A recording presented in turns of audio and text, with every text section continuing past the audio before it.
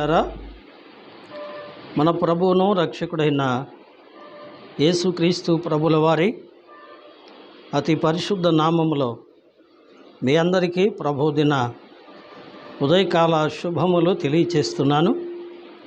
సకలాశీర్వాదములకు కారణభూతుడైన దేవుని కృప మిమ్ములను మీ కుటుంబాలను సమృద్ధిగా ఆశీర్వదించునుగాక.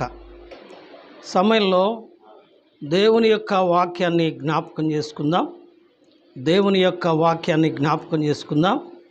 అందుకోసం ప్రియులారా, పరిశుద్ధ గ్రంథంలో నుండి కీర్తనల పుస్తకం 40వ అధ్యాయము.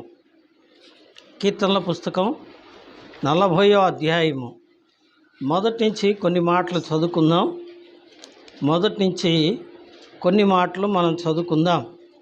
కీర్తనల గ్రంథం 40వ అధ్యాయం మొదటి 3 వచనాలు చదువుకుందాం. కీర్తనల గ్రంథం 40వ అధ్యాయము 472 పేజీ, పాత నిబంధన. యెహోవా కొరకు నేను సహనముతో కనిపెట్టుకొంటిని, ఆయన నాకు చెవియొగ్గి నా మొర ఆలకించెను. నాశనకరమైన గుంటలో నుండి, జిగటగల దొంగ ఊబిలో నుండి ఆయన నన్ను పైకెత్తెను. నా పాదములు బండ మీద నిలిపి నా అడుగులు స్థిరపరచెను. తనకు స్తోత్ర రూపమగు క్రొత్త గీతమును మన దేవుడు నా నోట ఉంచెను. అనేకులు దాన్ని చూచి భయభక్తులు కలిగి యెహోవా యందు నమ్మిక ఉంచెదరు. చాలు.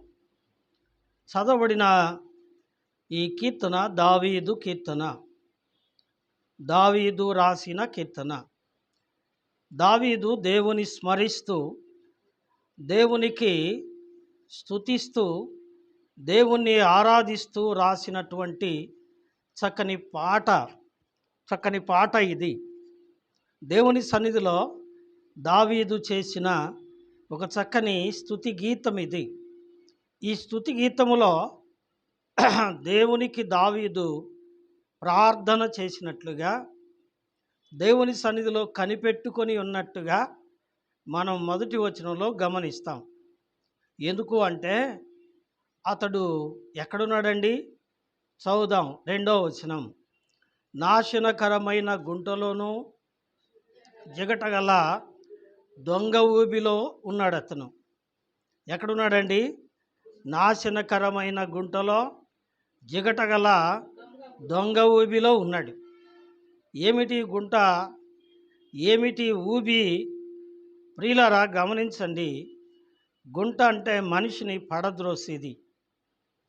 రెండవది ఊబి అంటే మనిషిని చిక్కించుకొని బయటికి రానియకుండా చంపివేసేది. ఈ రెండింటిని గురించి మనం చాలా చెప్పుకోవచ్చు. ఉదాహరణగా 1-2 మాటలు మాత్రమే నేను మీకు జ్ఞాపకం చేసి ముందుకు వెళ్తాను. సామెతల పుస్తకం 23వ అధ్యాయము. సామెతల పుస్తకం అండి, 23వ అధ్యాయము 27వ వచనం. వేశ్య లోతైన గొయ్యి, పరస్త్రీ ఇరుకైన గుంట, దోచుకొనువాడు పొంచియుండునట్లు అది పొంచియుండును, అది బహుమందిని విశ్వాసఘాతకులనుగా చేయును. చాలు. ప్రియులారా, గమనించండి. ఇది ఎట్టంటిదట? లోతైన గొయ్యి, ఇరుకైన గుంట. ఇదో పెద్ద గుంట, రెండోది గొయ్యి అని రాశారు. ఏమండి, మనం ఇదివరకు చదువుకున్నాం. ఏమండి? జిగటగల దొంగ ఊబి, నాశనకరమైన గుంట. మానవ జీవితం ఈ యొక్క ఇరుకైన గుంట, ఈ ఇరుకైనటువంటి గొయ్యిలో పడిపోతూ ఉంది. దీని అర్థం ఏమిటి అంటే, మానవుడు వ్యసన పరుడవుతున్నాడు. 27వ వచనంలో వేశ్య సాంగత్యము మానవుని జీవితానికి ఒక వ్యసనమైపోయింది. అది ఎలా అయిపోయింది అంటే, దేవుని బిడ్డారా, నాశనకరమైన గుంట, జిగటగల దొంగ ఊబి ఎట్లాంటిదో మనిషిని అలాగూ అది లోబర్చుకొని నాశనమునకు తీసుకువెళుతూ ఉంది. నాశనమునకు తీసుకువెళుతూ ఉంది. కనుకనే మనిషి పాపములో పడి పాపపు ఊబిలో పడుతున్నాడు. అందుకని దేవుని వాక్యం ఉంది, పాపము వలన వచ్చు జీతము మరణము అని. కాబట్టి ఈ యొక్క వేశ్య సాంగత్యం అనే పాపము మనిషిని ఎక్కడ తీసుకెళ్తుందండి? మరణములోనికి తీసుకెళ్తుంది. ఇప్పుడు రెండవదిగా చూడండి, 31వ వచనం, ఇదే సామెతల గ్రంథం 23వ అధ్యాయము 31వ వచనం. ద్రాక్షారసము మిక్కిలి ఎర్రబడును, గిన్నెలో తలతలలాడుచుండగను, త్రాగుటకు రుచిగానుండగను, దాని వైపు చూడకము, పిమ్మట అది సర్పము వలె కరచును, కట్లపాము వలె కాటు వేయును. ఏం చేస్తుందట? ఏమండి? సర్పం వలె కరుస్తుంది, కట్లపాము వలె కాటు వేస్తుంది. ఏం చెప్పండి?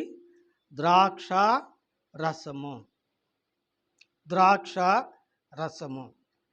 అందుకని ఎవరికి శ్రమ, ఎవరికి దుఃఖము, ఎవరికి హేతువు లేని గాయములు, ఎవరికి మందదృష్టి, ద్రాక్షారసముతో పొద్దుపుచ్చుకొని వారికే కదా అంటున్నాడు. కాబట్టి ప్రియులారా, మానవుడి యొక్క జీవితము ఉదాహరణగా 2 విషయాలు మాత్రం మనం ఇక్కడ గమనిస్తూ ఉన్నాం. ఒకటి తిరుగుబోతుతనం, 2 ఏమండి? త్రాగుబోతుతనం. మనిషిని ఏం చేస్తున్నాయి? జిగటగల ఊబిలాగా, నాశనకరమైన గుంటలాగా మనిషిని పడద్రోస్తూ ఉన్నాయి. అది దోచుకొని వాడు పొంచి ఉండినట్లు పొంచి ఉంటుంది. బహుమందిని ఏం చేస్తుందంట? విశ్వాసఘాతకులనుగా చేస్తుందట. మరిది ఏమండి? సర్పము వలె కరుస్తుందట, కట్లపాము వలె కాటు వేస్తుందట. కాబట్టి మానవుని స్థితి పాపంలో పడి పాపంలో నుండి లేవలేక, ఏమండి, ఊబిలో పడిన, కొట్టుమిట్టాడుతున్న, ఏమండి, బయటికి రాలేక వేదన పడుతున్న స్థితిలో ఉండగా ప్రియులారా ఇక్కడ అంటున్నాడు, ఆయన నన్ను ఏం చేసినట? పైకెత్తెను. ఎక్కడి నుంచి? నాశనకరమైన గుంటలో నుండి, జిగటగల దొంగ ఊబిలో నుండి ఆయన ఏం చేసినట? పైకి లేపాడు.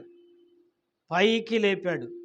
అందుకనే తిమోతి రాసిన పత్రిక, 1 తిమోతి పత్రికలో 1వ అధ్యాయం 15వ వచనంలో చదువుతాం, పాపులను రక్షించుటకు క్రీస్తు యేసు ఈ లోకానికి వచ్చారు. కానీ పాపంలో నుండి లేపి, ఏమండి, పాపం నుండి విడిపించి, ఏమండి, పైకెత్తి ఏం చేస్తారట?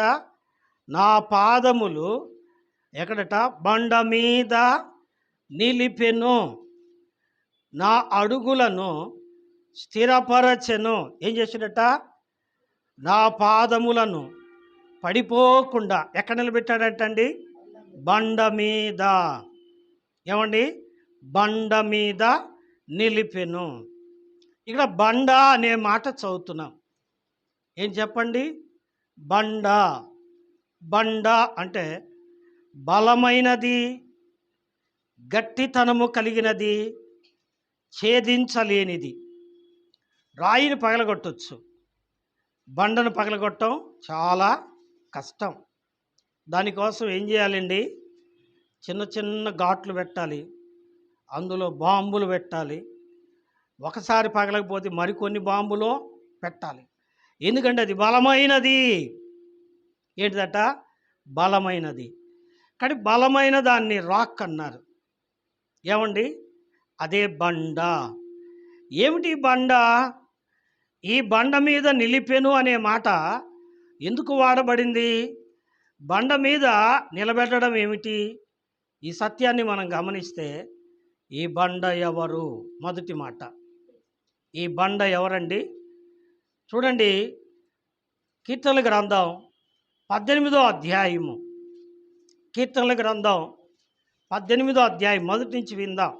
మొదటి 2 వచనాలు. యెహోవా నా బలమా, యెహోవా నా బలమా, నేను నిన్ను నేను నిన్ను ప్రేమించుచున్నాను. ప్రేమించుచున్నాను. యెహోవా నా శైలమా, యెహోవా నా శైలమా, నా కోట, నా కోట, నన్ను రక్షించువాడు, నన్ను రక్షించువాడు, నా కేడెము, నా కేడము, రక్షణ శృంగము, నా రక్షణ శృంగము, ఉన్నత దుర్గము, ఉన్నత దుర్గము, దేవుడు, నా దేవుడు, నేను నేను ఆశ్రయించుచున్న నా దుర్గము, ఆశ్రయించుచున్న నా నా దుర్గము. దుర్గము. చాలండి.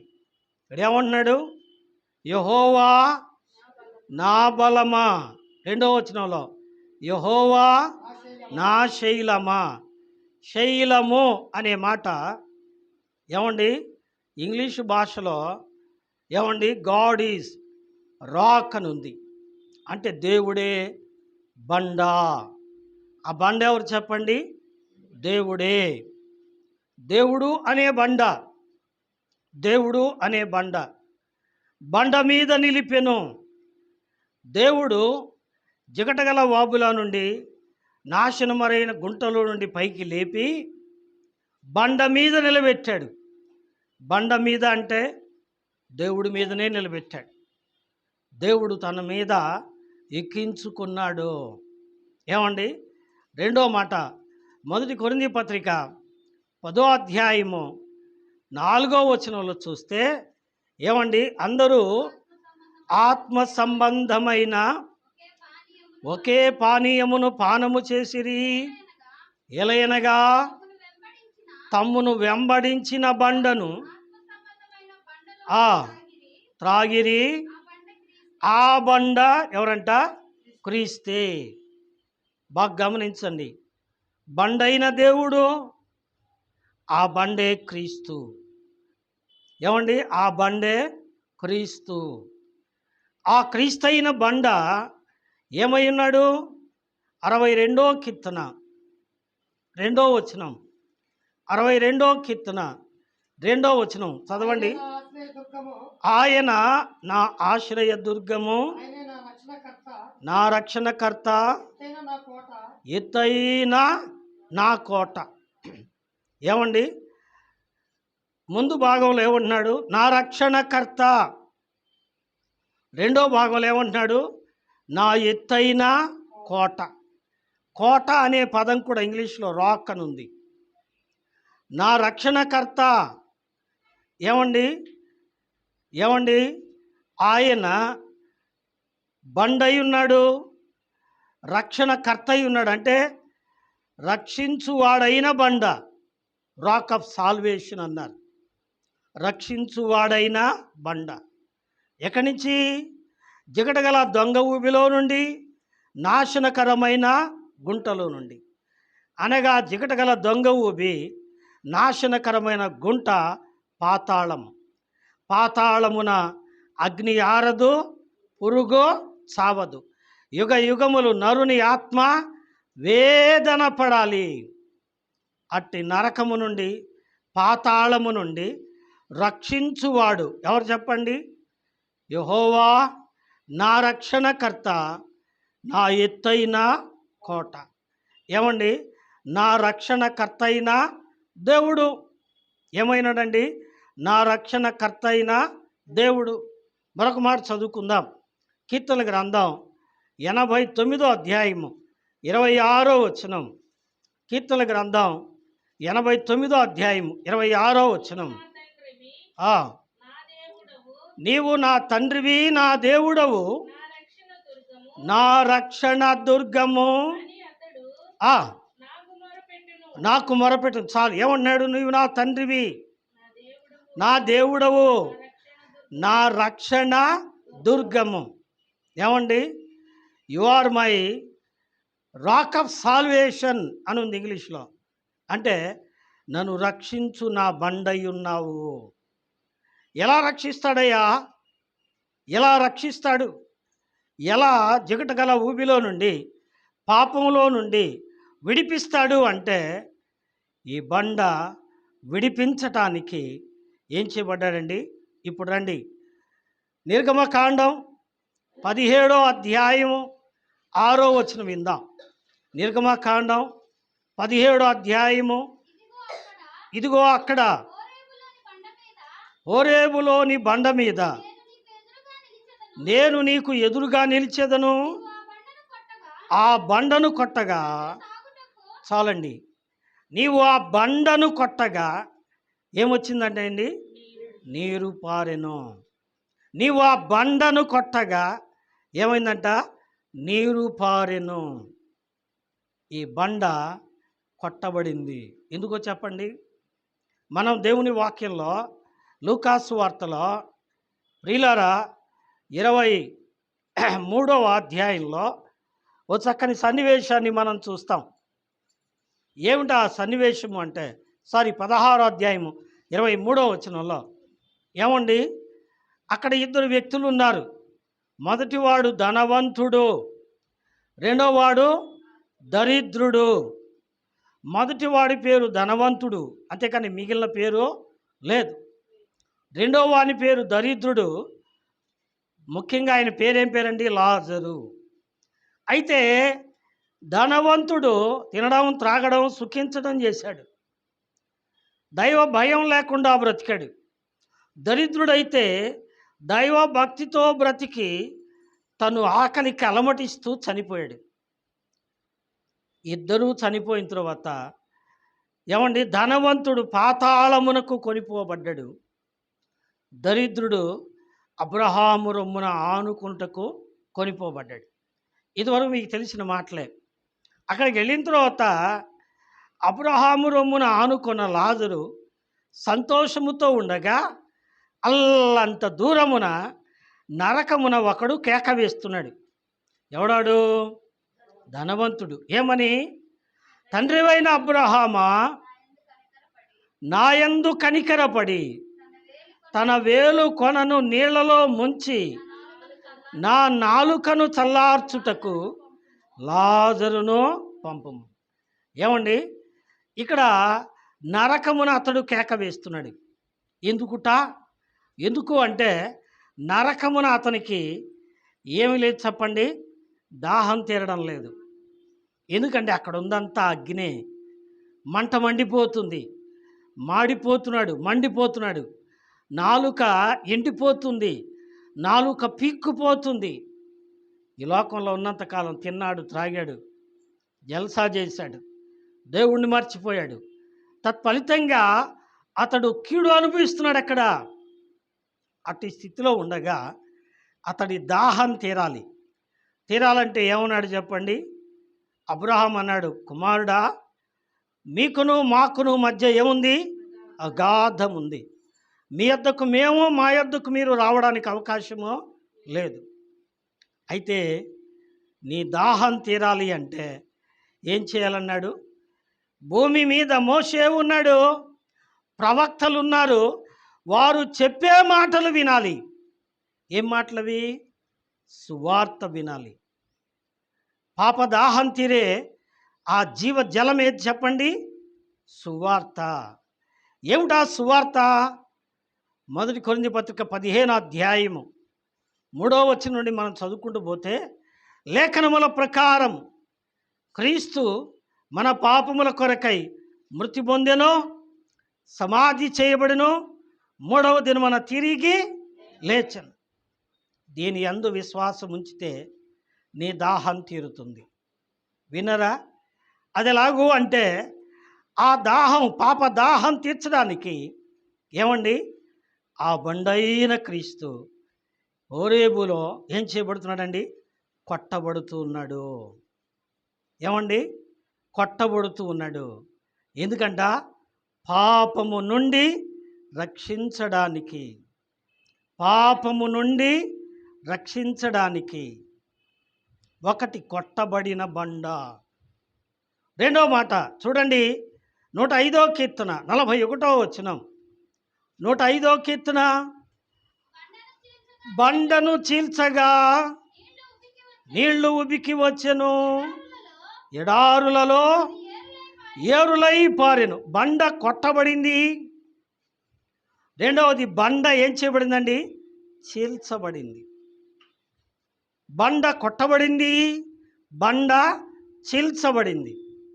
మూడో మాట, దేవుని బిడ్డలారా, నిర్గమకాండం 33వ అధ్యాయము 20వ వచనం విందాం. నిర్గమకాండం 33వ అధ్యాయము. మరియు ఆయన, ఏ నరుడు నన్ను చూచి బ్రతకలేడు గనుక నా సమీపమున ఒక స్థలం ఉంది, ఆ బండ మీద నిన్ను నిలబెడతాను, నా మహిమ నిన్ను దాటి వెళుచు ఉండగా ఎక్కడ పెడతాట? బండ సందులలో. ఏమండి? బండ సందులలో. బండ దేవుడు, బండ క్రీస్తు. ఆ బండ అయిన క్రీస్తు కొట్టబడ్డాడు, ఆ బండ అయిన క్రీస్తు చీల్చబడ్డాడు, ఆ బండ అయిన క్రీస్తు ఏం చేయబడండి? సందులుగా చేయబడ్డాడు. ఆ బండ సందులలో ఏం చెప్పండి? బండ సందులలో. ఏమండి? బండ సందున పావురమా, పేటు బీటుల పావురమా, బండ సందున పావురమా, పేటు బీటుల పావురమా, వరుడు నిన్ను కోరినాడు, ప్రీతి చెందకుమా, ప్రియుడు నిన్ను కోరినాడు, కలత చెందకుమా, సిద్ధపడుమా ఓ సంగమా, సిద్ధపడుమా ఓ సంగమా, యేసు వచ్చు వేళాయి వేచియుండుమా, యేసు వచ్చు వేళాయి వేచియుండుమా, బండ సందున పావురమా. Praise Lord. కనుక ప్రియులారా, ఆ బండ కొట్టబడింది, ఆ బండ చీల్చబడింది, ఆ బండ సందులుగా చేయబడింది. బాగా వినాలి. ఎలా కొట్టబడింది? యోహాను సువార్త 19వ అధ్యాయము 1వ వచనం విందాం. యోహాను సువార్త 19వ అధ్యాయం 1వ వచనం. అప్పుడు పిలాతు యేసుని పట్టుకొని ఆయనను కొరడాలతో ఎట కొట్టారు చెప్పండి? కొరడాలతో కొట్టాడు. కోర్టుకు తీసుకెళ్లారు. ఆయన మీద నేరాలు మోపారు. ఏ నేరం రుజువు కాలేదు. పిలాతు ఏమన్నాడంటే, వీళ్ళలో ఏ దోషం నాకో కనబడలేదు అన్నాడు. కాదండి, ఏమైనా కానీ చంపాల్సిందే, సిలువ వేయాల్సిందే అన్నారు. అట్లయితే నేను కొరడా శిక్షను విధిస్తున్నాను అన్నాడు. దేవుని బిడ్డారా, వారు కొరడాలతో కొడుతున్నారు. ఏం చేస్తున్నారు చెప్పండి? కొరడాలతో. ఎవరిని? బండను. ఎవరా బండ? బండనే క్రీస్తు. ఆ క్రీస్తును కొరడాలతో కొడుతున్నాడు. కొరడాలతో కొడితే ఏం చేయాలి చెప్పండి? ఏమ్మా ఏం చేయాలి? ఏమ్మా వాతలు వంగాలి. ఏమండి? కొరడాలతో కొడితే వాతలు వంగాలి, బెత్తాలతో కొడితే వాతలు వంగాలి, అంత మాత్రమే. ఏమండి? కానీ దేవుని బిడ్డలారా, ఈయనను కొట్టగా ఎలా కొట్టారండి? మనం ఇదివరకే చదువుకున్నాం. యెషయా గ్రంథం 50వ అధ్యాయంలో కొట్టువారికి ఏం చేశారట? నా వీపును అప్పగించి తిని. వారు కొడుతున్నప్పుడు ఆయన వీపు ఎలా అయిపోయిందంట? ఏమండి? దున్నువారు నా వీపును బాగుగా దున్నిరి. ఎలా దున్నారట? చాళ్లను పొడుగుగా చేశారట. కొడాలతో కొడుతుంటే వాతల వంగట్ల ఏమవుతున్నాయి చెప్పండి? ఏమండి నాగేలుతో దున్నినట్టుగా ఏమండి సాళ్ళు పడుతున్నాయి. అంటే శరీరం అంతా చీలిపోతుంది. ఇప్పుడు దేవుని బిడ్డలారా, వాళ్ళు కొడుతుంటే బండ ఏమవుతుంది? పగులుతూ ఉంది. బండ పగులుతూ ఉంది. కొట్టబడిన బండ, పగులగొట్టబడిన బండ. ఎవరి కోసం చెప్పండి? ఏమండి ఎవరి కోసం చెప్పండి? మన పాపముల కొరకై. ఇంతకీ ఎవరు కొట్టారు? ఏమండి మనకు కనబడుతుంది. కొడుతున్న వాళ్ళు ఎవరు చెప్పండి? సైనికులు. ఏమండి పాత నిబంధనలో నిర్గమకాండంలో కొడుతున్న వారు ఎవరండి? మోషే కర్రతో ఎక్కడ కొట్టారట? బండ మీద కొట్టాడు. కానీ సైనికులు కొడాలతో ఆయన వీపు మీద కొట్టారు. వీపు చీలిపోయింది. సందులుగా చీలికలుగా అయిపోయింది. ఇంతకీ ఎవరు కొట్టమన్నారు? యెషయా గ్రంథం 53వ అధ్యాయం 10వ వచనం. అతనిని నలుగగొట్టుటకు యెహోవాకు ఇష్టమైన. ఎవరు కొట్టారు? ప్రభువు కొట్టాడు. దేవుడే కొట్టాడు. దేవుడు అంటే ఎవరండి? ఆయనే దేవుడు, ఆయనే తండ్రి, ఆయనే కుమారుడు, ఆయనే పరిశుద్ధాత్మ దేవుడు. ఎందుకోసం? ఒకడెవరైనా తప్పు చేస్తే అతనికి ఏం చేయాలి చెప్పండి? 1 తక్కువ 40 కొరడా దెబ్బలు కొడతారు. అది యూదా ధర్మశాస్త్రం. దాన్నే కొరడా శిక్ష అంటారు. కాబట్టి ఈ కొరడా శిక్ష తనకు తానే వేసుకున్నాడు ఆయన. ఎందుకంటే ధర్మశాస్త్రం ఇచ్చింది ఎవరు? ఆయనే. అందుకని ఇప్పుడు బయటికి కనబడుతుంది రోమా సైనికులే, కానీ ఎవరు కొట్టుకుంటున్నారు? తను తానే కొట్టించుకుంటున్నాడు. తను తానే కొట్టుకుంటున్నాడు. ఎవరి కోసం చెప్పండి? మన కోసం. వాస్తవానికి పాపం చేసింది ఎవరు? మనుషులు.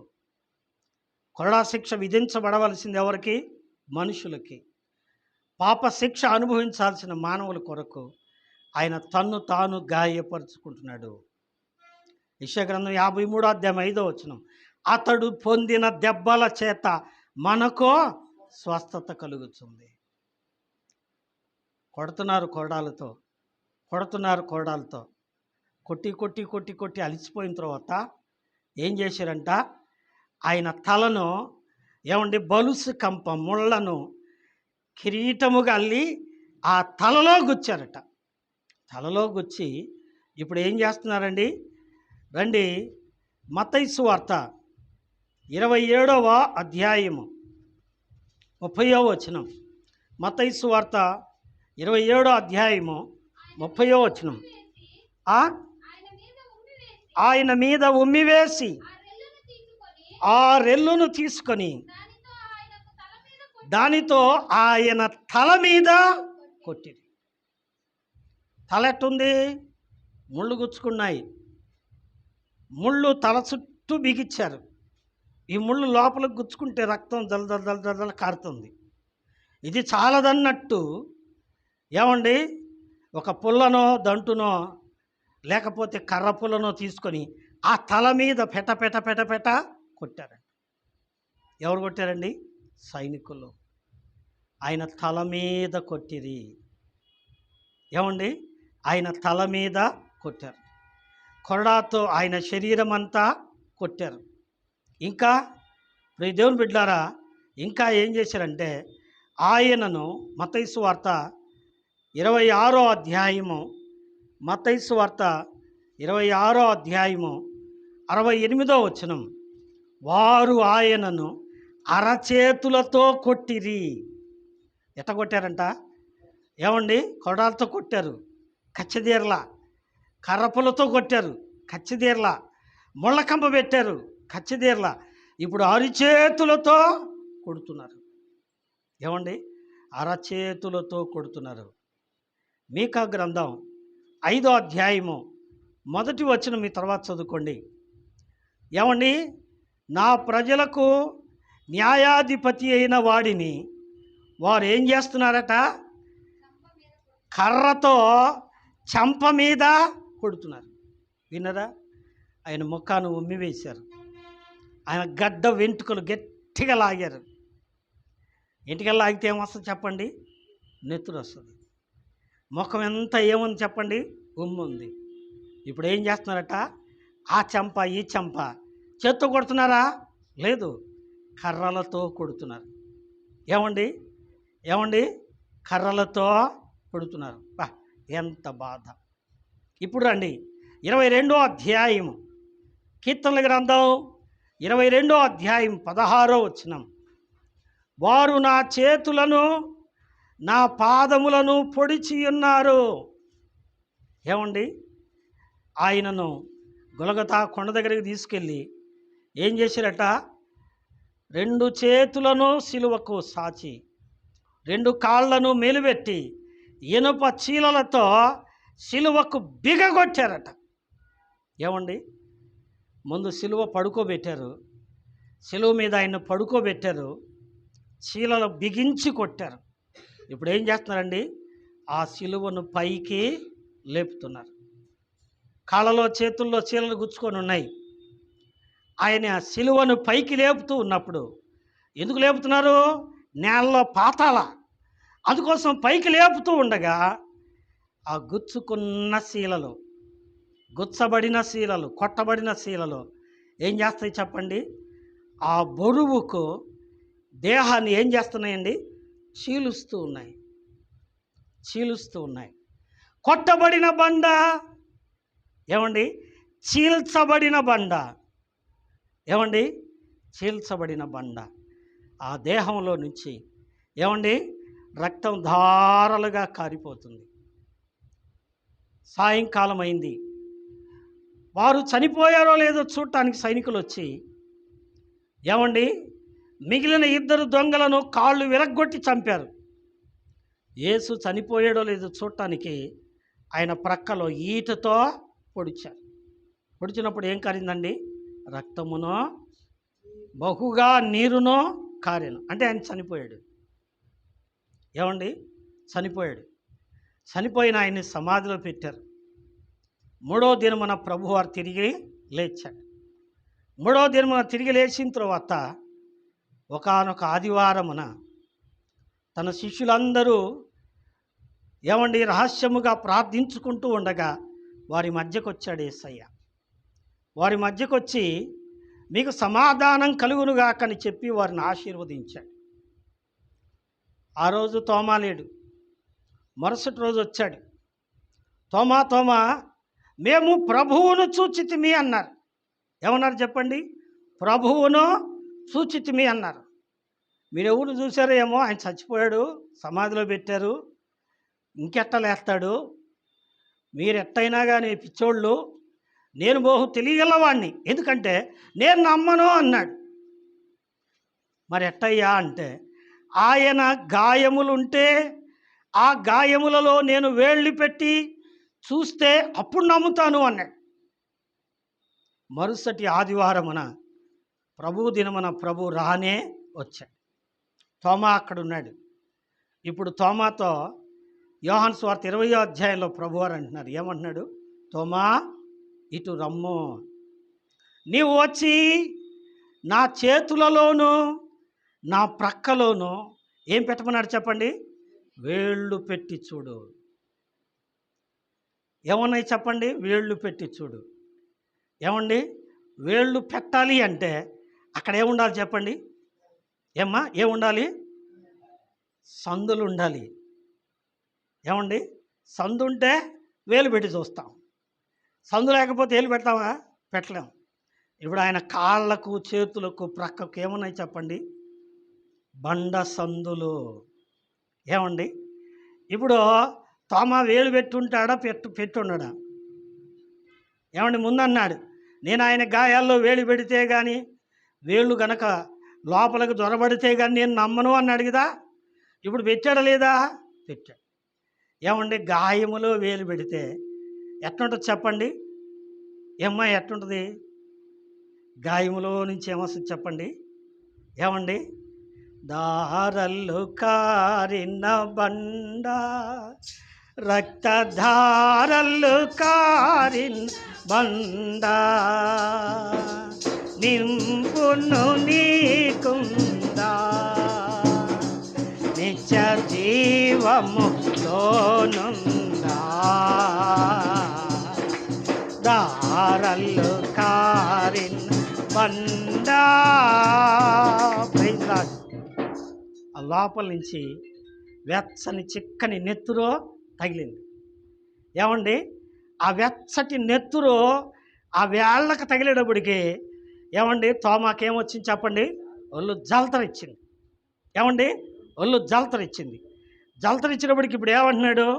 నా ప్రభువా నా దేవా నన్ను క్షమించయ్యా. ఇప్పుడు 3 మాటలు. ఒకటి బండ, ఆ బండ క్రీస్తే. ఆ బండ అయిన క్రీస్తు ఇశ్రాయేలీయుల రక్షణ కొరకై, అలాగే నీ కొరకు నా కొరకు మనందరి పాప క్షమాపణ కొరకు సిలువలో కొట్టబడ్డాడు. కొరడాలతో కొట్టబడ్డాడు, అరచేతులతో గుద్దబడ్డాడు, ఏమండి మేకులతో కొట్టబడ్డాడు, చనిపోయాడు, సందులుగా చేయబడ్డాడు. ఆ సందులు ఎంతకాలం ఉంటాయి? గాయాలు అయినాయి. చాలామందికి ఆపరేషన్లు చేస్తారు. మాకు ఇంత పొడుగును కోసారండి, నాకు ఇంత పొడుగును కోసారండి, నాకు ఇంత పొడుగును కోసారండి అంటారు. కోసిన గాయాలు ఉన్నాయా? ఇప్పుడు ఉంటాయా? ఉండవు. ఏమవుతాయి చెప్పండి? మానిపోయినాయి. ఏమండి మానిపోయినాయి. కానీ యేసయ్య గాయాలు ఏం కాలేదు చెప్పండి? మానలేదు. ఏమ్మా మానలేదు. అందుకని ప్రకటన గ్రంథం 5వ అధ్యాయం మీ తర్వాత చూసుకోండి. అక్కడ ఒక వ్యక్తి కనబడుతున్నాడు. ఎవరండి ఆయన? వధించబడినట్లుండినా ఇంకా అట్నే ఉన్నాడు. ఎట్టున్నాడు? ఆయన అరచేతిలో గాయాలు అట్నే ఉన్నాయి, ఆయన కాళ్ళలో గాయాలు అట్లే ఉన్నాయి, ఆయన ప్రక్కలో గాయమో అట్లే ఉంది, తలలో గాయాలు అట్లే ఉన్నాయి, సందులుగా చేయబడ్డాయి. ఆ సందుల్లో ఏం చేశాడు చెప్పండి? నిన్ను నన్ను భద్రంగా దాచిపెట్టాడు. దాచిపెట్టి ఏం చేశాడు చెప్పండి? మన దాహమును తీర్చాడు.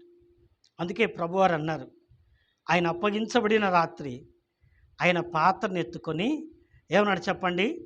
ఇది మీ పాప క్షమాపణ కొరకై చిందించబడుచున్న నా నిబంధన రక్తము. ఏంటంట? నిబంధన రక్తము. ఆ రక్తమే మన పాప దాహము తీర్చే పరలోక పానీయం. ఏమండి? ఆయన శరీరము ఆహారము, ఆయన రక్తము పానీయము. ఇప్పుడు రండి ముగింపులోకి వద్దాం. 78వ కీర్తన 20వ వచనం. 78వ కీర్తన 20వ వచనం చదవండి. 78వ కీర్తన. ఆయన బండను కొట్టగా నీళ్లు ఉబికెను, కాలువలై పారెను. ఆయన ఆహారము ఇయ్యగలడా అని వారు అనుకున్నారు. ఏమన్నారండి? బండ కొట్టబడింది, అందులోని నీళ్ళు వచ్చినాయి, తాగాము, దప్పిక తీరింది, మరి ఆహారం పెట్టగలడా? ఏమండి? ఆహారము పెట్టగలడా అంటే దేవుని బిడ్డలారా, ఆయన ఆహారం కూడా ఇచ్చాడు. ఏమిటి ఆహారం? మొదటిగా పానీయం ఇచ్చాడు. ఏమండి? యోహాను సువార్త 4వ అధ్యాయంలో 14వ వచనంలో అనుకుంటా, ఏమండి సమరయ స్త్రీతో అంటున్నాడు, నేనిచ్చు నీళ్లు తాగువాడు ఇంకెన్నటికీ దప్పికొనడు, ఇంకెన్నటికీ దప్పికొనడు. శాశ్వతంగా దప్పిక తీర్చే దేవుడు.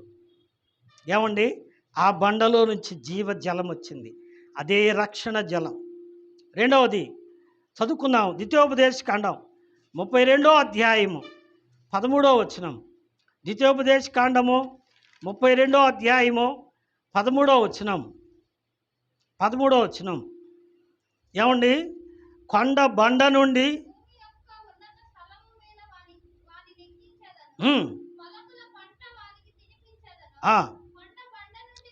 కొండ బండ నుండి తేనె, రాతి బండ నుండి నూనె. ఏమొస్తున్నాయండి? ఈ బండ కొట్టబడిన బండలో నుంచి ఏమొస్తుందండి? నూనె వస్తుంది. ఈ బండలో నుంచి ఏమొస్తుందండి? తేనె వస్తుంది. యూదుల ఆహారంలో ద్రాక్షారసము, గోధుమ రొట్టె, తేనె, పాలు ప్రధానమైన ఆహారం. ఏమండి, గోధుమ రొట్టె తింటారు, దాన్ని తేనెలో ముంచుకొని తింటారు. ద్రాక్షారసమును తాగుతారు, పాలను కూడా త్రాగుతారు. ఇవి వారి ఆహారము. కాబట్టి ప్రియులరా, ఈ బండలో నుంచి ఏమొచ్చిందంట? ఇంకో మాట కూడా చదువుదాం. 29వ అధ్యాయము ముగించుకుందాం. 29వ అధ్యాయము యోబు గ్రంథం 6వ వచనం. 29వ అధ్యాయము యోబు గ్రంథం 6వ వచనం. నేను పెట్టిన అడుగెల్లా నేతిలో పడెను, నుండి నా నిమిత్తము బండ నుండి నా నిమిత్తము నూనె కారెను. చాలండి. ఏమొచ్చిందంట? నూనె వచ్చిందంట. బండలో నుంచి నూనె వచ్చింది, బండలో నుంచి తేనె వచ్చింది, బండలో నుంచి ఏమండి ఏమండి ఎన్ని వస్తున్నాయో చూసుకోండి. ఏమండి, ఆ బండలో నుంచి, ఈ బండ ఎవరండి? క్రీస్తే. ఆ బండ మొట్టమొదటిగా కొట్టబడి రక్తం కార్చి, ఆ రక్తంలో మన పాపములను కడిగి పరిశుద్ధులుగా చేసింది. ఆ బండ కొట్టబడి జీవ జలాన్నిచ్చి, రక్షణ జలాన్నిచ్చి, మన పాపములకు ప్రక్షాళన రక్షణ కలుగజేసి మన ఆత్మ దాహమును తీర్చింది. ఆ బండను కొట్టగా బండలో నుంచి ఏమండి అతడికి ఏమొచ్చిందంట? బండలో నుంచి తేనెను, చెక్కుముకి రాతి బండలో నుంచి నూనెను, గొర్రె మేకల మజ్జిగను, ఏమండి చిక్కని పాలను. ఆ మాటలన్నీ అక్కడ ఉన్నాయి, చదువుకోండి. నూనె వచ్చిందంట, తేనె వచ్చిందంట, నెయ్యి వచ్చిందంట, ఇలా చాలా చెప్పుకోవచ్చు. కాబట్టి క్రీస్తు ఏమండి, ఆయన అప్పగించబడక మునుపు రాత్రి ఆయన బల్ల యొద్ద మోకరించి ఏమన్నాడండి? ఇది మీ కొరకైన నా శరీరము. ఆయన చేతిలో ఏముందండి? గోధుమ రొట్టె. ఆ రొట్టె ఏంటంట? ఆయన శరీరం. ఆయన శరీరం ఏం చేయబడింది? గోధుమ గింజ తిరుగట్లో వేసి పగలగొట్టబడి పొడిగా చెయ్యబడి పిండిగా చెయ్యబడి, ఆ పిండి నూనెతోనూ ఏమండి ఉప్పుతోనూ కలిసి పిసకబడి పెనం మీద కాల్చబడడం ద్వారా రొట్టెయినట్టు యేసు అనే ఆ గోధుమ గింజ సిలువలో నలగొట్టబడి కల్వరి సిలువ అనే పెనం మీద కాల్చబడి మన కొరకు ఆహారముగా చేయబడ్డారు. కాబట్టి కొట్టబడిన బండ అయిన క్రీస్తు నీ కొరకు కొట్టబడ్డాడు. నీ కొరకు రక్తము దారులుగా కార్చాడు. నీ కొరకు జీవజలాన్ని ఇచ్చాడు. నీ కొరకు తేనెనిచ్చాడు. 19వ కీర్తన, జుంటి తేనె ధారల కంటే మధురమైన వాక్యం. ఏమండి, నూనె దైవాభిషేకం, పాలు పేతురు రాసిన మొదటి పత్రిక 2వ అధ్యాయం ప్రకారం ఏమండి పాల వంటి వాక్యం. ఏమండి తేనె మధురం. ఏమండి తేనె మధురం. ఏమండి జుంటి తేనె ధారల కంటే మధురం. అలాగూ క్రీస్తులో నుంచి మన కొరకు ఏమొచ్చిందంట? రక్తము కారింది. ఆ రక్తం మన పాపానికి క్షమాపణ ఇచ్చింది. నీరు కారినాయి, ఆ నీళ్లు మన ఆత్మ దాహం తీర్చబడింది. నూనె కారింది, మనలను పరిశుద్ధాత్మతో అభిషేకించింది. అందులో నుంచి తేనె వచ్చింది, జీవజల వాక్యం మనకిచ్చాడు. అందులో నుంచి ఏమండి మంచి గోధుమల రొట్టె వచ్చింది. అందులో నుంచే ద్రాక్షారసం వచ్చింది. అది మన జీవాహారం. ప్రభువారు అన్నారు యోహాను సువార్త 6వ అధ్యాయం 51వ వచనంలో, పరలోకము నుండి వచ్చిన మన్నాను తిని మీ పితరులు చనిపోయిరి, కానీ ఈ ఆహారము జీవాహారము నేనే, నన్ను తినువాడు మరి ఎన్నడూ చనిపోడు అన్నాడు. కాబట్టి క్రీస్తు అనే బండ నీ కొరకు కొట్టబడ్డారు, నీ కొరకు సందులుగా చేయబడ్డారు, నీ కొరకు చీల్చబడ్డారు, నీ కొరకు శ్రమ అనుభవించారు. ఆ బండ అయిన క్రీస్తు తన 2 చేతులు చాపి గాయపడిన చేతులతో ప్రేమతో పిలుస్తున్నాడు.